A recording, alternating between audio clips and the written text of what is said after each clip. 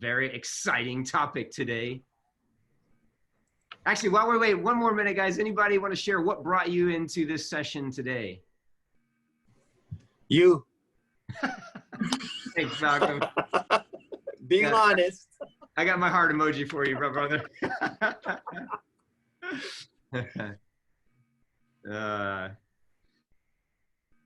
Who about anyone else? Denise, Lori, Jocelyn, Christine, Charmaine.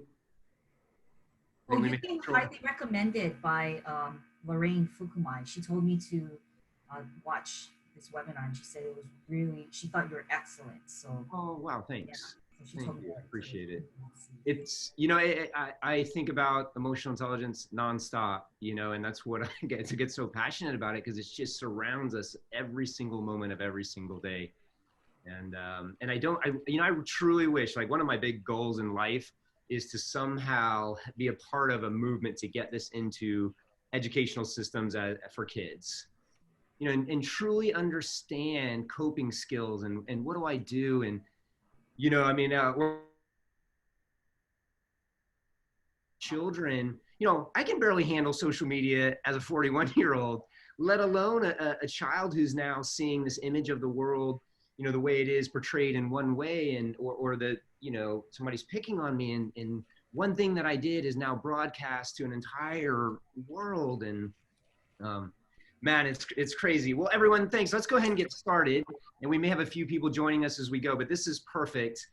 This is very much, you know, an information dissemination, but if you have questions at any time, please raise your hands. My big goal with any webinar I do is for you to walk out going, I got something from this, and I didn't just waste my time. And so as we go through the four primary quadrants of emotional intelligence, and I used Dr. Daniel Goleman's model. He kind of created the term emotional intelligence. We're going to be talking about self-awareness, self-management, social awareness, reading others, and then, you know, relationship management. But as we go through, if any questions pop up, please jump in. There is so much on this topic, and I get really passionate about it because right now, with COVID hitting the way it is, with racial injustice hitting the way that it is, I really believe our emotions are probably the most vulnerable thing in the world. And I have a psychologist friend, and I always like to start off with current events, guys. So I had to just chat with a good psychologist friend, and she said, for the first time in our realm, we are starting to see people have dueling emotions at the same time.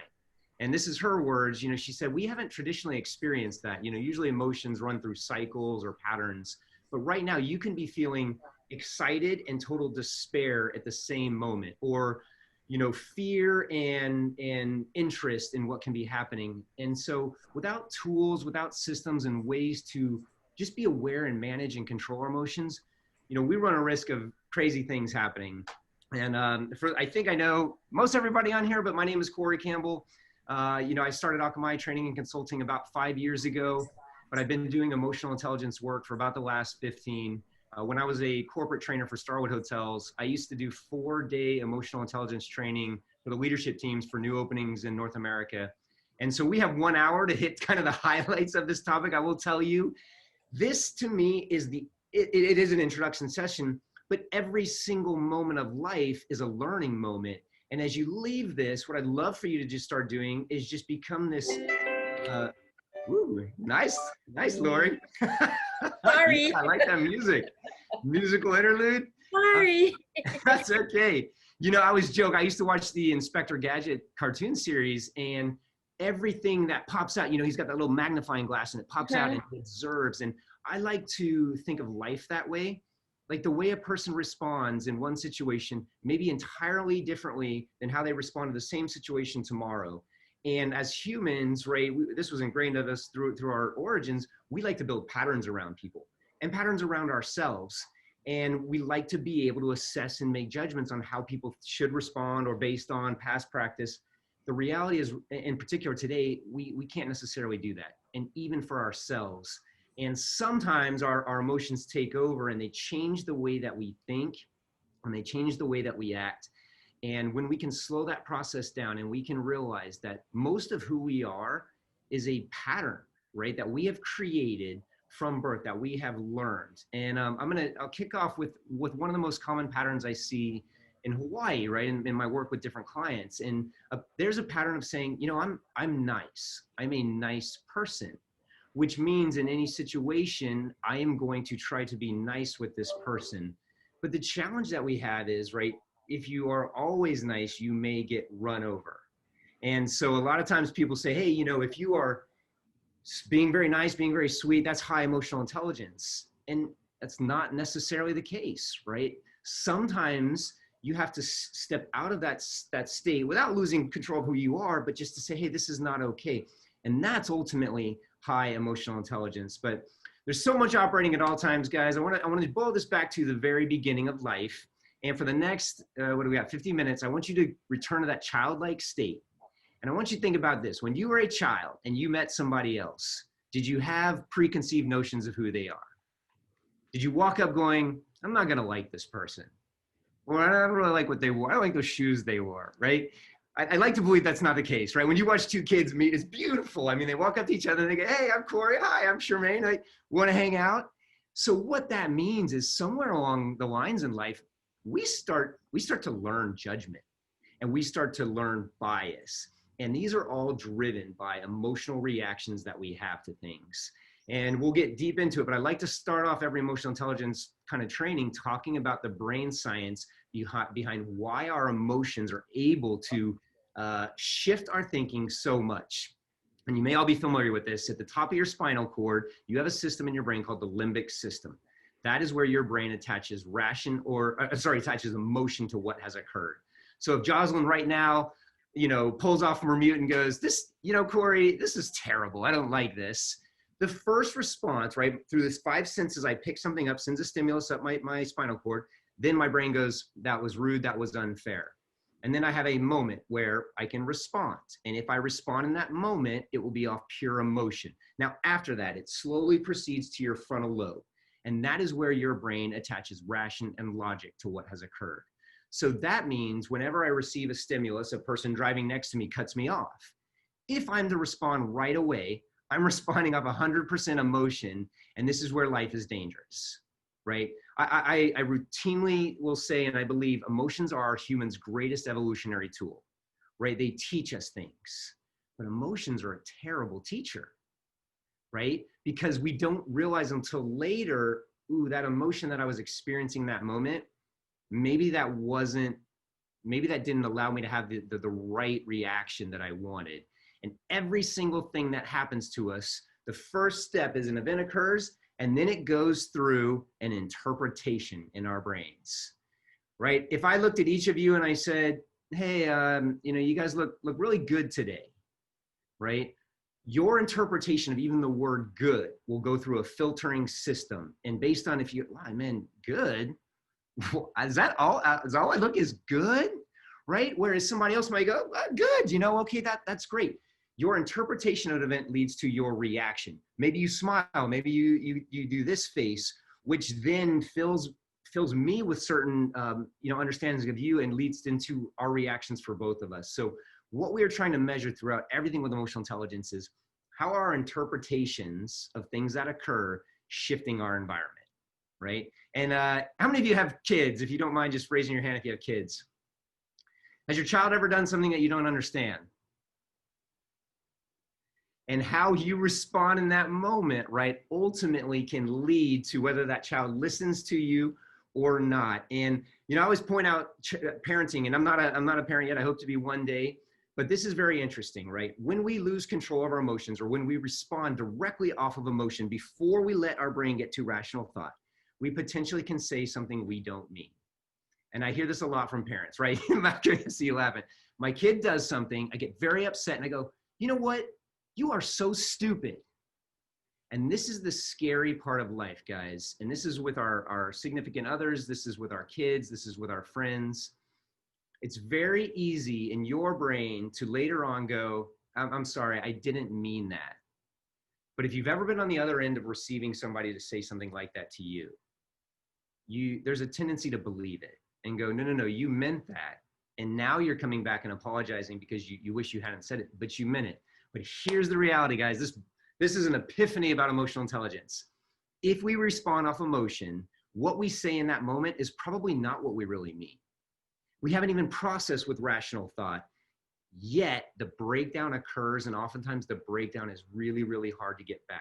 So the core of what we're talking about today is understanding each little area, our awareness of ourselves, how to then manage ourselves, our understanding of others and what may be functioning in their world, and then using all that to build great relationships.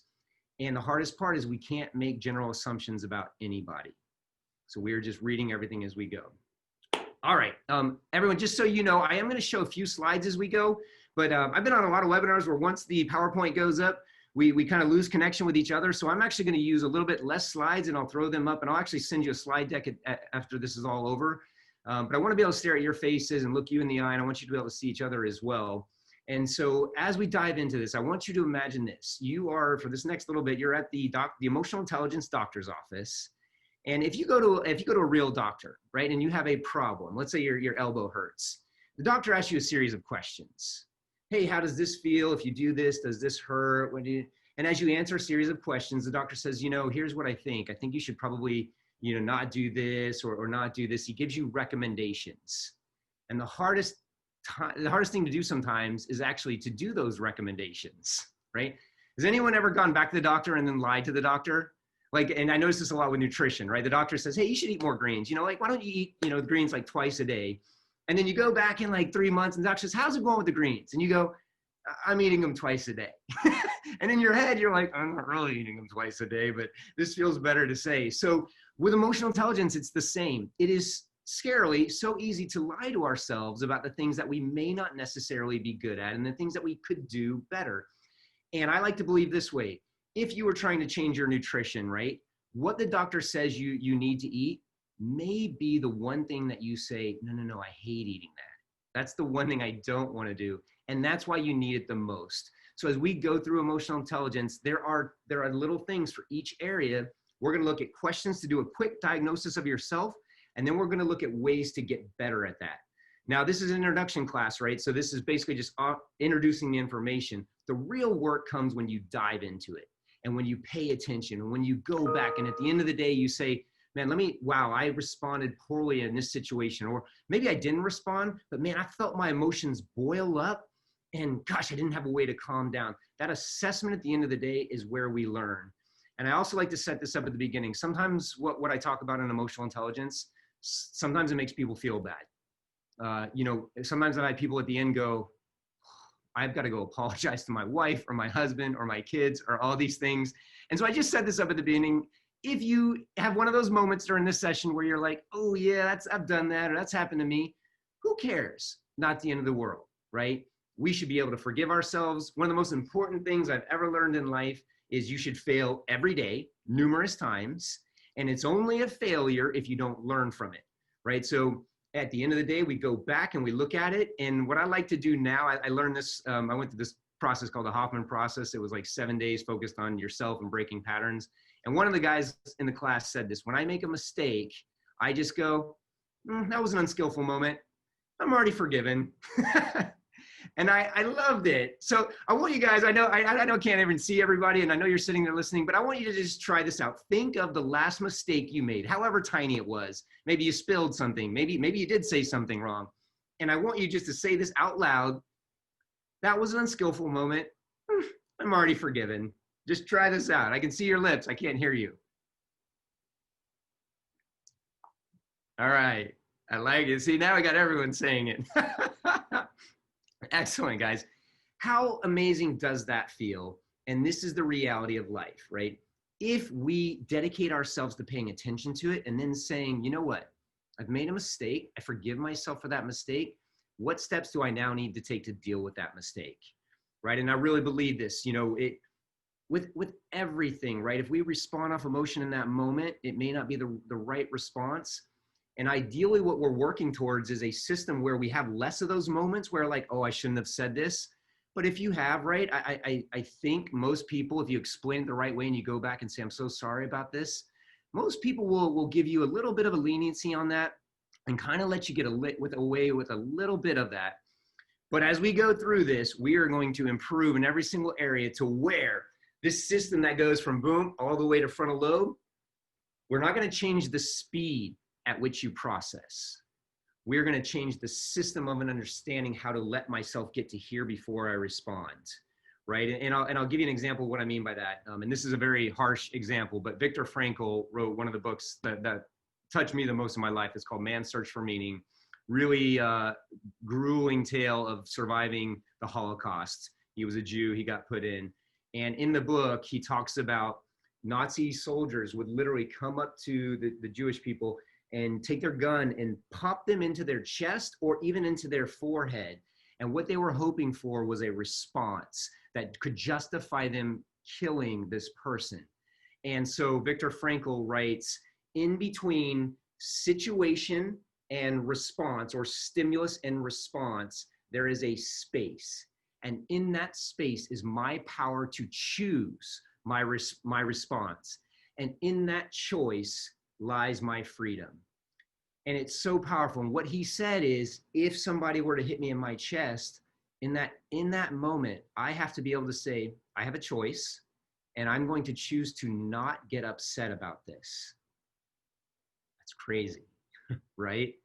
I want you to think just for a minute that the last time you got upset about something, this could be at work, this could be personal life, and I know that sometimes that's tricky to just pop up with, so let me just give you 10 to 15 seconds.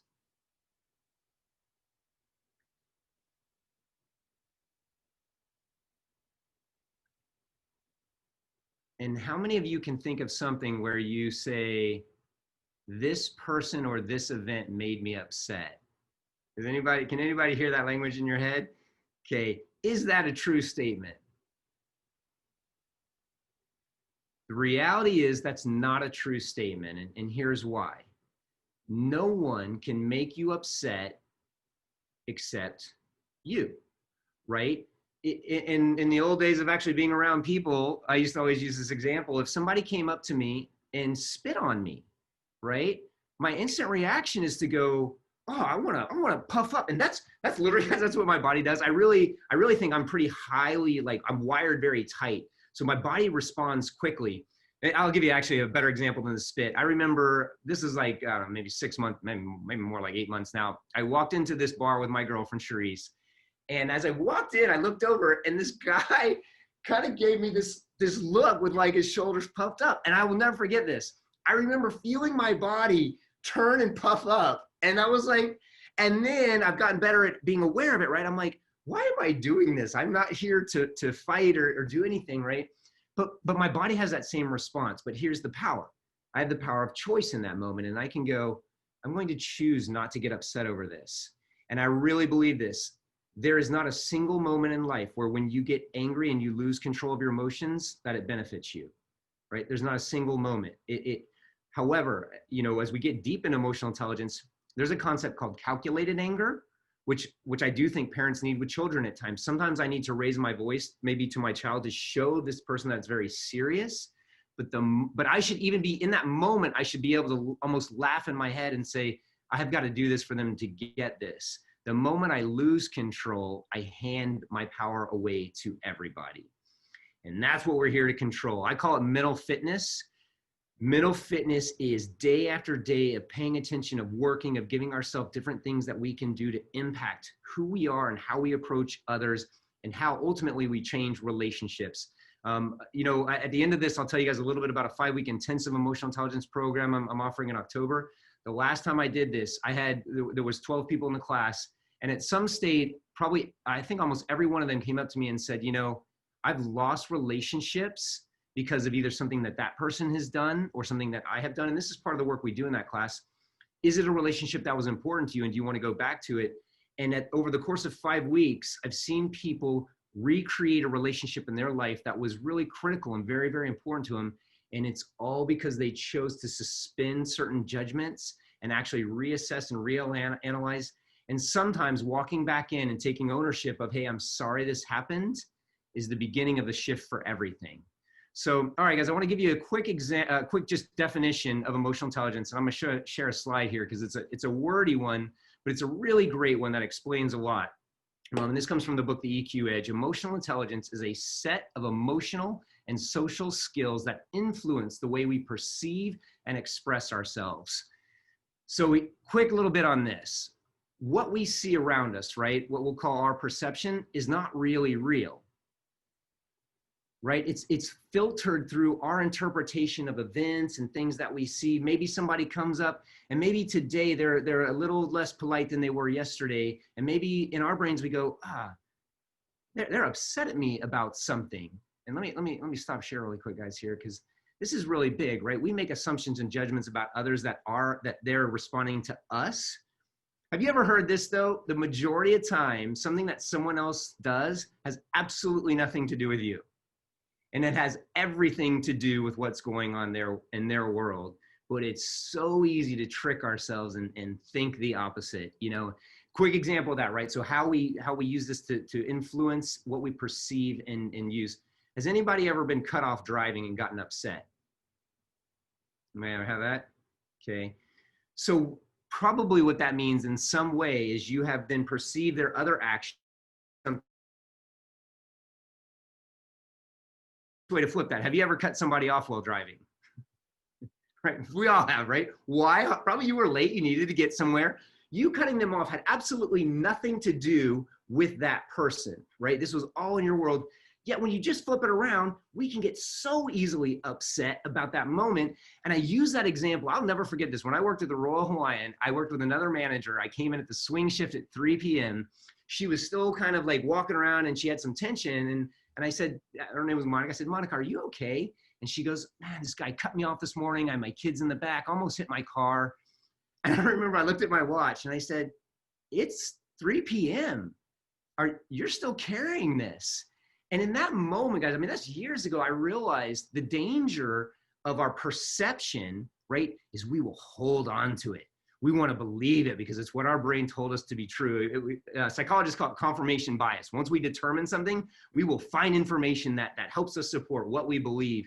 And it's not always accurate. Okay, let me bring this back up. So our next portion is the way we perceive and express ourselves, the way we develop and maintain social relationships. Every single day, every interaction we have with somebody else is building or detracting from a relationship. And so much of it is based on how we are managing and how we are understanding another person, how we cope with challenges. Now, right at the beginning of this, we were talking about elementary school and in particular, maybe middle school and high school. I don't know that we typically do a great job of teaching coping skills. What happens when you get upset? How do you process through your emotions? Where is that coming from? Why did this upset you? What did it trigger in your past that you've linked to this situation that oh man, my dad used to say this to me, and just the way they approach me. We need to learn all these things to be able to build a proper coping system and then use emotional information in an effective and in a meaningful way. You know, our brains lie to us, right? And so unless we teach them the right skills to be able to process the right way. Okay, one of my favorite quotes, Dandapani, I'll throw this up here as well. And again, guys, I'll send these slides out to you after this is over. Right here, though, I love this. Emotions are a powerful tool. Controlled and directed, they can manifest amazing things. Uncontrolled, they can wreak havoc on our lives. And one of the neatest things psychologists will tell you, you know, people joke all the time that you can't teach an old dog new tricks. That is not true. Psychologists refer to this as neuroplasticity. And what neuroplasticity talks about is all the gray matter in our brains that is constantly evolving and shifting and creating new neural connections. So we can change who we are, but it all links back to this understanding of the brain cycle. And I walked you through this verbally. I just want to show you top of your spinal cord, you have the limbic system. Inside that, you attach emotion to what has occurred. Inside the limbic system, we have our amygdala, which everybody is typically familiar of, our fight or flight response. It's a small gland that manages that process. So again, before we have gotten up to our frontal lobe or our neocortex, where we attach ration and logic, we respond off of emotion. And one of the fun examples for this, anybody watch the cartoon The Hulk or the movies? Okay, so when he turns into Hulk status, does he only hurt his enemies or does he hurt his friends too? Friends too, right? He hurts everybody. Have any of you ever gone totally red and you're just like, man, and you just lash out at people? I'll never forget in college, I saw two guys fight. One guy's girlfriend gets in the middle and the guy almost hits his own girlfriend because he's so enraged. So once we get into that amygdala response, fight or flight or freeze, sometimes it's very hard to stop.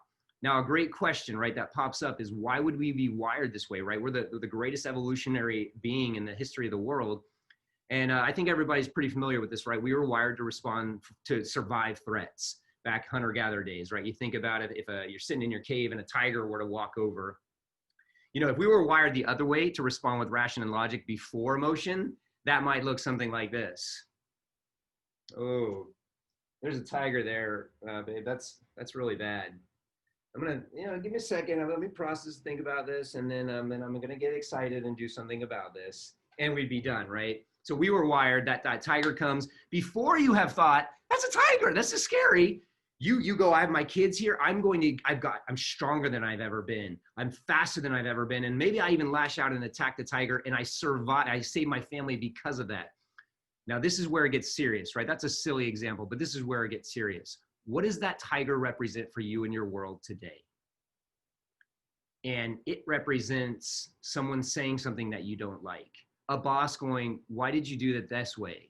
Or a boss responding to an email saying, I need to see you, right? Like, or a person walking past you and giving you stink eye, and you're like, that has now become, right, this instinct that we jump into. And so everything that we do with emotional intelligence is about learning to process and assess to respond the right way at the right time. And to realize this, everybody, this is one of the key takeaways from emotional intelligence. Everything that happens in your life, you influence. So other people's behavior, your own behavior. If you want to shift that, you have to say, how did my actions influence this person's behavior, right? And run through that system. And you can probably always come back and go, you know, actually the way I said this probably wasn't the best way. And actually maybe that made them then respond this way. If you've ever been in a fight with a significant other, you know how quickly this process can change and occur. So just remember this, guys, whatever happens to you in life, you have a choice in the way that you respond. And that pause that you take to then choose the right response can lead to great things in your life. One of my favorite quotes is, doing the easy things now makes life harder later. Doing the hard things now makes life easy later. Maybe you need to go have a conversation with someone, because right now in COVID, we're living in closer proximities than ever before. And something they're doing is upsetting you, or it's picking at your nerves. And somewhere in you, you've said, you know, it's just not worth my time to go deal with. That's a false, right, understanding of ourselves. If it is continuing to pique your emotions, it means we need to have a conversation and deal with it. And this is kind of interesting, guys. Psychologists will tell you the average emotion lasts only 90 seconds. 90 seconds. That's it. After that, right? So that emotion is boom right here. After that, it creates a thought, an interpretation, right? So Jocelyn gives me this weird look. My initial response is, oh, that was funny. Why doesn't she like what I'm saying? After that, it creates a thought. Oh, but you know, when I talked with Jocelyn before, I've got a new emotion now firing, right? So the goal of emotional intelligence is to give every emotion 90 seconds or less, and then come back to placing it where it should be. If this person says something I don't like, I'm not gonna let it rule the rest of my day. Anybody ever had that, where your day gets totally like taken off the train rails because somebody says something to you in the morning? That becomes your decision, right? They don't have to own that decision for you. And that's easy to do. Anybody ever heard this analogy? Like, let's say you have $20, right? And I come in and I steal your $20 from you. How long are you going to be upset about that? Probably quite some time, right? But I want you to make $20 20 seconds, okay? What if I steal 20 seconds from you, and then instead of focusing on the next 23 hours, 59 minutes, and 40 seconds, you spend your time focused on just that 20 seconds?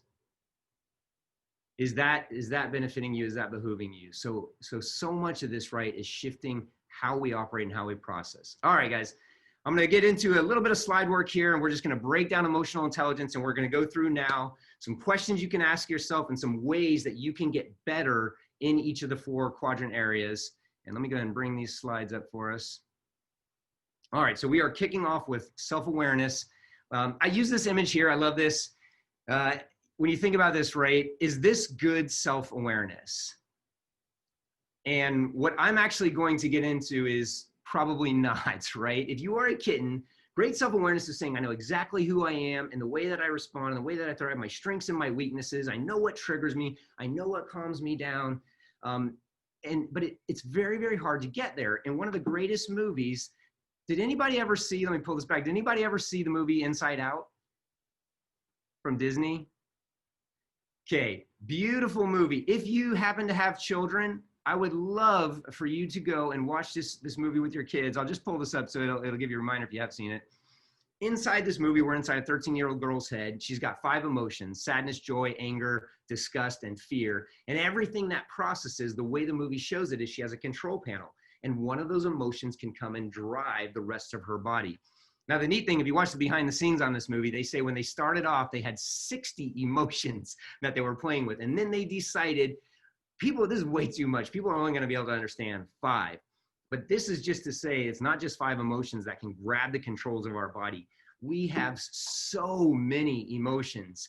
I mentioned that Hoffman process class. I just wanted to show you this chart. When you go through that, they actually have you like assess and diagnose constantly throughout the day, what emotion is it that I'm feeling and why am I feeling that way? And that's one of the activities we do in the intensive program is you actually keep an emotional journal for a week. And throughout the day, you set your alarm to ring every 30 minutes. And when it rings, what you do is just assess, where am I at emotionally and what triggered me to be in that? It is unbelievable the amount of awareness you can gain. And the question I always like to ask people is, at any time through the day, who is driving your bus? Who's driving your bus? Right now, everybody, just stop yourself and go, what emotion am I feeling right now? And if you're willing to throw it in the chat box, tell me what emotion you're feeling right now.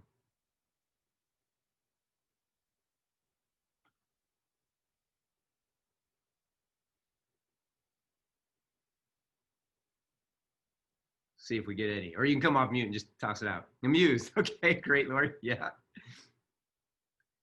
I'm actually really curious if anybody, as you do a quick self-assessment, it is unbelievable how often, maybe in that exact moment I asked you that question, maybe you just happen to think of something you didn't do this morning, right? And it's like, ooh, that was kind of driving me. And what I tend to find is I always thought in some way like I'm somewhat balanced emotionally. When you do an emotional journal, it is scary. Like it rings and you assess right away, and then you go, oh, I'm feeling this. I love it, Ben. I see overwhelmed, too much work, anxious, LJ. Yeah, great. So guys, here's the thing, right? This is wild. We are on a constant roller coaster of emotions. Surprisingly quick how often they are fluctuating like this. And what if you happen to run into me right at that time I'm at a trough? And then maybe you go, Corey's a really, hopefully you think he's a nice guy, he's a friendly guy. But what happens if I run into you and in that moment, I'm not me? And now you have a whole series of things to try to assess and wonder and go on. Why is he's?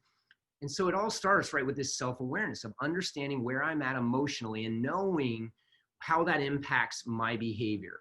Okay, we're going to run back into the doctor's office, and the doctor's going to ask you some questions just to do an assessment of your own self-awareness. And by the way, everyone, this is the hardest of the 4 quadrants. Truly knowing yourself and who you are and what drives you and what is your purpose and what gifts do you have in this world. And there's so much that goes into it, but I'll pull this up. I want to just give you some questions to think about. Okay, so do you have a method for assessing your thoughts and your emotions each morning? I really believe, right? There's so much boiling up in our bodies overnight with thoughts from the past, with things that are going on. We have to be able to start the morning and go, where am I at? Another big question, what types of situations or events trigger you? Another great term for this is pet peeve. What pet peeves do you have? Because a pet peeve can send you from very calm and relaxed to extremely upset right away. And are you always aware of what your actions do to others? And what would others say about that if I were to ask them? And this is a scary question. And I'll give you the quick background of this. You know, I've been in the training realm and primarily in hotels, right? Was my career through Starwood Hotels. And I used to get to be the guy at Starwood Hotels after we did an associate satisfaction survey. I would get to walk in, remove the leader from the room and say, hey guys, confidentially, let's talk about your results. Boom, boom, boom. I want to talk about your leader right here. There's some great things up here. Boom, boom, boom. How's everything going? The number of times I would even see like some pretty positive numbers here. And then people would go, oh my God, you know, we never get our schedule on time. Our boss never tells us what's going on. All and just like a flurry of negativity. And I would always go, okay, you know, thank you guys. I appreciate that. And my commitment to them is always, I'm going to communicate what you've said to your leader, not who said it. But I would always ask, have you ever told your boss this? And almost always people go, oh, no way. Of course not. And this is the ultimate dilemma of self-awareness is we all think things about other people, but we don't necessarily share them. So how do I get a true and accurate assessment of my own self-awareness? I've got to get information from others. I've got to dive deep. That's the only way I can become aware of what my actions are doing to others. So how do we do that? Some ways to get better at social awareness. Let me share the screen again. So first off, this is you know, there's a lot of intense work that you can do with yourself with just, you know, journaling is a great way, setting up a morning ritual. I mean, we're going to talk a lot about morning rituals in the intensive program, because if you can start to know what are those core values that you have within you that if somebody goes against, it's gonna instantly engage you. What motivates you? What strengths do you bring to this world? I'm a big proponent of Gallup Strengths Finder because we need to understand that to put ourselves in places to thrive and then be able to mitigate our weaknesses. For me, I used to think I enjoyed like being the organizer of events because I like events, and I realized I'm terrible at it. Like knowing all the details and getting into what everybody's bringing and all that stuff. And I mean, I have a funny example. I was put in charge of a barbecue, and everybody said, what do I bring? I said, bring whatever you want. And then we got there and there was like no plates, no chopsticks. We had like plenty of meat. We had like one salad, and everyone's like, who organized this? And I was like, I did. And now I realize that's a weakness of mine. I'm never going to put myself in that place, but a strength of mine is I can advertise your event, right? I can get people excited. So knowing all those things, your triggers, your patterns, takes a lot of self-assessment. Creating that self-assessment is critical. Every single morning, where am I at emotionally? That will help you manage your day ahead. This third one, understand your physiological response to stress or pressure. This is a really important one. What happens to your body when you sense pressure or stress? Everyone's body is a little different. Some people get clenched fists. Some people feel sweat on their forehead. Some people feel their ears getting warm. Some people tense their shoulders, increased heart rate, reduced breath, like shift in breath patterns. So many different ways. This is really, really powerful. Once you're aware of your physiological response to stress, it's a trigger to go, okay, I'm feeling it. Now I need to adjust what's happening. For me, my feet clench whenever I'm feeling like tension or I see something. I don't know why, but now that I've learned my system, if I'm in a conversation and somebody says something and I feel my feet clench, I now go, ooh, okay, Corey, your emotions are rising. Now you have the option to calm down and make sure you leave the situation or take some deep breaths before you respond to make sure you respond the right way. And then the last one, guys, I'm going to pull this off. Ask for feedback. Start, stop, continue model is my favorite model. Has anyone ever used this? It's very common, right? You go to people and you say, hey, as a boss, as a significant other, as a parent, and I'll tell you, I've shared this model with so many people in coaching sessions and whatnot. People don't do it. It is scary as heck to go do this, to walk up to your loved one and say, hey, tell me something I'm doing that drives you crazy that I should stop. Tell me something I'm not doing that you really wish I would do that would make your life better that I should start. Tell me something I'm doing that you love that you just want to make sure I continue. You can flip it to whichever, stop, start. You can, which way you like to do it. Just get into that conversation. And then hopefully they reverse that. I will tell you, if you want to change a relationship better than anything else in the world, I believe, just do this once a week. Sharit, my girlfriend, and I have set this up on Sunday nights. We'll do a start, stop, continue. Sometimes we don't have much to say. Sometimes it's like we have more to say. And ultimately, it'd be better if we did it more in real time, but this is a way to catch that, right? To make sure that what you're putting out to the world is what you're getting back. I mean, again, for those of you with kids, I'd love to see you try this with your kids. And if they were to embrace this and just say, Dad, I really wish you'd stop like, yelling at me right when I walk through the door to come in from school. I mean, there's so many little things, right, that we can then shift our behavior. Now this ties into self-management, right? And so once we become aware of all these things, we now have the decision, right? And the power and the opportunity to try to manage. So let me jump into some questions, guys, that I like to ask people about self-management. First, do you respond with actions or words when your emotions are heightened? And that's a red flag, because if you're responding right in that moment, there's definitely the danger that you haven't fully processed yet. So do you experience frequent mood changes? And remember, when we started this session off, we talked about nobody has the right to make you upset except you. It is very easy, though. Our brains will try to trick us and tell us otherwise. The person does something and we want to get upset. So if throughout the day you find yourself in different, I'm in a different mood right now, that's actually a self-management tendency or a practice, right, to really embrace and go, I shouldn't necessarily be like, I'm going to have mood shifts, but I should be able to control those mood shifts with some thought and process. If I am nice in the morning and then I'm rude in the evening, and then, that's my fault, nobody else's. And the last one is just a red flag question. If you ever feel regret over your actions, anyone ever felt that? Everybody's felt regret, right? That means probably, right, you mismanaged.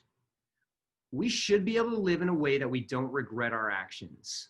If you do something wrong to me, I should be able to walk up to you and have an open and honest conversation that might be difficult, but without losing my emotions, without attacking you. We know this. If I come at you and I say, hey, Denise, you shouldn't have done that. Am I going to enter into a healthy conversation about what you did? Probably not, right? So one of the greatest tactics, right, to handle that conversation better is just own your emotions. Hey, Denise, when you did this, it hurt my feelings. It really made me feel sad. I can own my emotions. I don't own why you did it or what you did. And then we can start that conversation. And so I always like to show people, just remember this simple graphic, right? This is from Viktor Frankl's quote: between stimulus and response, there is a space. All throughout your day, just become this Inspector Gadget of your behavior and others. Stimulus happens. The response that I want to take is based on all these interpretations. So, hey, let me just pause and let me just look at how do I own this space before response? And so to tie that into ways to enhance your self-management, everybody's all makes sense. What we have to do is pause and give our brains time to process differently. We literally will struggle to process with ration and logic unless we give our brains time to shift. So everything is about getting time. So if you really feel your emotions boiling, maybe you got to leave that situation. Take some deep breaths before coming back. Everybody says count to 10 before. That's just giving your brain time to process rationally. You often hear people say sleep on a big decision. It's giving your brain time to move from, and maybe I reference the negative emotions a lot, but it's also positive emotions. Maybe you're just really excited about something. Hey, somebody's giving me an opportunity to go take a trip somewhere. And before I fully process everything, I tell them, yes, I'd love to go. Sometimes we got to slow that down before we make the commitment. So give itself time. In altercations with other people, I love this as a concept point. Think about this: choose the relationship over your ego. One of my favorite quotes is, apologizing doesn't mean you think you're wrong. It means you respect the relationship more than your ego. So if we always go, hey, am I trying to win this argument, or am I just trying to remember that this is an important relationship to me? And what this person is going through, while I may not agree with it, it's their journey, and I have the power to manage myself to not respond in an inappropriate way. And then the last one, the HALT test method. So hungry, angry, lonely, tired. Everybody knows this inherently, but it's kind of neat to see as a model. If you are hungry, if you are angry, if you are lonely, or if you are tired, halt your actions. And before you do something, go, is this the right thing? Because when we're in any of those states, we may change who we are. And remember this, guys, this is a great self-management tactic. If you are in any of those states, in order to respond the right way, what do you need to do? You need to get out of that state. And I call that out because when I worked in hotels, nobody eats lunch, right? It's crazy, it's busy. People would be upset and angry walking around. And I'd go, hey, I can see it on your face. Are you okay? No, I didn't get to eat lunch. And I go, okay, is there any way, you can get some food? Nope, too busy. It's like, well, we know what would fix this, right? So it doesn't change until you decide to go get some food. I find when I'm lonely, right? what I need to do is call a friend or like, and what my brain wants to do is go, yeah, I'm going to watch a movie by myself. I'm going to just, and it's like, why am I doing that? I know what I got to do to get out of a lonely state. If you're tired, people just operate tired for like days on days. And it's like, okay, look, we have to figure out how to get you some sleep or this state doesn't change. So we don't change what happens around us, right? Everybody knows this. We only control our response to what happens. All right, now shifting into that. So those are both the internal, right? Self-awareness, self-management. Now we shift to the external of social awareness. And I just want to pull up this quick image, see if you guys are familiar with where this image is from. Anybody recognize these two gentlemen? So yeah, this was the Guinness Book of World Records brought the world's tallest man to meet the world's shortest man. This was 2014. They met in London. The reason I use this image is I just like to ask people, if these two people met, do you think they have questions about each other and what's going through each other's life? Of course, right? Tons of questions. What's it like for you? What challenges do you face? What's life like? How do people respond to you? And if you met either of these two people, I bet you would have just as many questions. This is where I flip it on social awareness. Imagine, if any of us met in this session today, would we have the same number of questions firing? Wow, tell me about yourself. Who are you? And what's it like to be you? And what challenges do you face? And man, how do people treat you? And I find in real life, we don't have that same number of questions floating through our head, which reduces our social awareness. We got to dig deep into people and find out what makes them tick to truly understand them. And I have a funny example of this. Take a look at this cartoon. For a fair selection, everybody has to take the same exam. Please climb that tree. Who loses in this situation the most? The fish, probably. And Einstein has a quote. He said, everybody is a genius. But if you judge a fish by its ability to climb a tree, it will live its whole life believing it's stupid. And I find this, guys, in social awareness, so easy to judge everybody for every action. Right now, it's rampant. We judge everyone for everything. You should have this mask on. You should be doing this. All these things. I like to look at social awareness very differently now. I learned this term on unenforceable rules. These are rules we place on other people that we can't enforce, and they can turn all our emotions upside down. My joke is my girlfriend washes dishes entirely different from me. I like to wash everything with soap and then wash everything off at once. And she washes like one and then rinses it off. And I found myself getting so frustrated watching her wash dishes. And then I was like, this is unenforceable. Like, she's a genius in how she washes dishes the way that she wants. And why am I getting so caught up in how she does it? It's unenforceable for me. And now that I'm just using that term in my own head, there is so much of this world that's unenforceable for me. And I just try to let it go now. I can't control this, right? So with social awareness, let's take a look at some questions. Do you make judgments or assumptions or judgments of other people? Let me pull this up. Do you make assumptions or judgments of other people? I think every single person does, right? I mean, this world is beautiful now, how we are looking at racial injustice better. And we could spend hours on this, on systemic racism, but we're learning now that the world does not the same for everybody else, and how women are treated is totally differently from how men are treated, or racially or socioeconomic. So this is so easy to do, but our assumptions and our judgments lose us information. If you interrupt me one time when I'm telling something, because maybe I never give you that information ever again. We gotta challenge ourselves on this. Can you accurately read the emotions of other people? People will constantly be giving you an indicator that something's not right, or we have that ability to pry and dig deeper if we take it and approach it that way. And then just even looking at motivation, what motivates other people? Do we know? This is a leadership principle, right? We oftentimes in leadership, we want to give recognition the same way to every person. It's not really effective. We all like it very differently. And I'll give you the easiest example to social awareness. Everybody's typically heard of the golden rule, right? Treat others the way that you want to be treated. It's everywhere, and it is horribly wrong. Treat others the way that you want to be treated. That assumes you're like me. And I always give this funny example, but this is a true one. If I met you today in real life and I ran up, what I would love for you to do with me, I don't know why, I love being bear hugged and picked up. So if you met me and came and said, Corey, great to meet you, man, I would love you. I would be like, that is so cool. I just love the feeling of being in the air. So I'm going to treat you the way that I want to be treated. So imagine you met me and I ran up and I gave you a big bear hug and picked you up and said, nice to meet you. How many of you would be okay with that? And all right, nice, okay. Typically people aren't, right? But you should be, because the golden rule tells me I get to treat you the way I want to be treated. So it is a quick way to break it all apart and go, I don't get to treat you the way I want to be treated. I got to find out how you want to be treated. And guess what? That's really tricky, because you're probably not going to tell me right away, because it's not something that typically people talk about. And maybe I'm not even trusting you. So as we talk about ways to enhance our social awareness, just a few tips here. Become a master of reading clues. Body language, tone, words. Another person is always sending a message to you. We are constantly communicating. And I can pick that up and go, ooh, let me dive deeper. I can tell, man, I said this, even it's my significant other who I've been with for years. Man, when I said this, I noticed her face just gave an instant frown and she didn't say anything. I can dig deeper into that and find out why and learn something.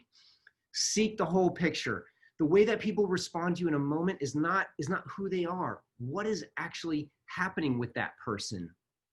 And then you got to treat people the way they want to be treated. So I'll give you a quick example that sums up those last 2 points. I'll never forget this story. As a guest services manager at Sheridan Waikiki, this is back in early 2000, I worked with a guy, 8 hours, he would be out at the end of his shift. And we usually worked about 10, 12-hour shifts. And I got upset and I was like, this guy's lazy, rude. I actually kind of stopped talking to him. And it was when I was at Starwood Hotels that I first went through emotional intelligence training. And I remember them saying, what do you not know about this situation? And it took a lot of it was hard for me not to walk up to him and say, why are you so lazy? That was the question my brain was telling me to ask. I walked up to him and I said, hey, I noticed you tend to bounce out of here right at 8 hours. How come? And I will never forget this. This guy told me, my mother has cancer. I go home, I help her, bathe, and I cook for her. She's very weak. And I remember he said this to me. He goes, honestly, man, this job doesn't mean that much to me right now. My mom means everything to me. I wish you guys could see this. I get chicken skin every time I tell this, because I could have gone my whole life disliking this person. And it took me one question to get the bigger picture, to understand more. And that is social awareness. And so, as we tie all that together, guys, if I am able to monitor and assess and build systems to know where I'm at every day, self-awareness.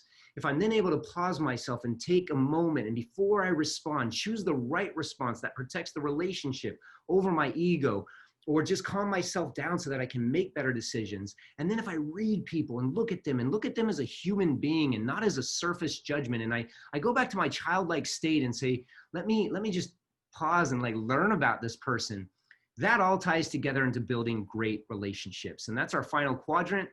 So some questions to ask yourself on relationships, because this gets into influence and communication and how we treat others. But a big part of relationships is giving and receiving feedback. So when somebody tells you something, do you fight it right away? Like, no, that's not really true. Or I did that because of this.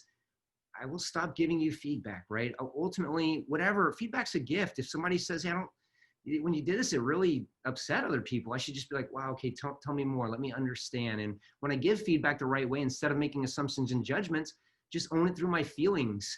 Do you engage in honest conversation when you need to? One of the hardest things in emotional intelligence is to have a conversation when someone upsets you and actually do it and do it in the right way. And then the last one, are you the same person every single day? So meaning this, I shouldn't have to figure out who I'm dealing with this day. One of the jokes I always tell here is, have you ever heard this? Don't talk to me until I had my coffee this morning. What does that mean? That means you are a different person before coffee and after coffee. And that means I have to figure out which version of you I'm talking to. I don't think that's fair. However, I get it, right? Sometimes we need to wake up before we become fully us. If that's you, put a little Keurig right by the bed. When you wake up, take some time, have a cup of coffee. You should give the same version of you to the world every day. I shouldn't have to figure out which version you are, right? That's all just relationship management. And then the last one, the last kind of slide here, guys, is just how do I get better at relationship management? So again, this is a quick overview. There's a lot of work that goes into each of these steps, but being consistent and trustworthy in your actions, right? I have the power of choice, which means I can be Corey every second of the day, or I can, if I'm not Corey, I know how to manage it so that you don't get a different version of me and that we can build trust. Trust is the foundation of everything. When receiving feedback, as hard as it may be, if you disagree with it, just bring it in, right? Hey, I need to clarify this. I don't fully understand it. Accept it, right? You don't have to fully agree with it, but accept it. And if there are aspects of it you can apply, and then the most important step at the end, thank the person. Thank you for letting me know this, because that encourages more feedback in the future and encourages this relationship where, okay, you're open, you accept this stuff. You know, I always tell parents with children, they're going to get, if they're not giving you feedback, it's because you've shut them down and let them know in some way that they don't have the right to do so. And then becoming a master of small compliments. That one, guys, is simply, and I see a chat, I just want to check this chat. Master small compliments means this: you look at people differently and you look for what you like about them. And tell me if you find this to be true. Our brains naturally, when we look at things around us or people, we find what we don't like about them. Oh, why are they doing that? Why'd they wear that? Why don't they have their mask on? You can reverse a lot of the process of everything when you start to go, let me look and see, what is it that I like about this person? And if you want to build great relationships, tell those people those things, right? We all like to be reinforced for what we do well, and we oftentimes don't mention it. It's a great way to impact relationships. And my final slide, guys, and then I'll just tell you a little bit about the course. I know we're right at the end of our time. Just some learnings for my own personal life about emotional intelligence. I like to share these. I mentioned this at the beginning. Typically, when someone's doing something that upsets you, their actions are not directed at upsetting or frustrating you. It's something that's going on in their world. And if we can just pause and let them be in their world and not take it personally, it can shift. It can truly shift everything.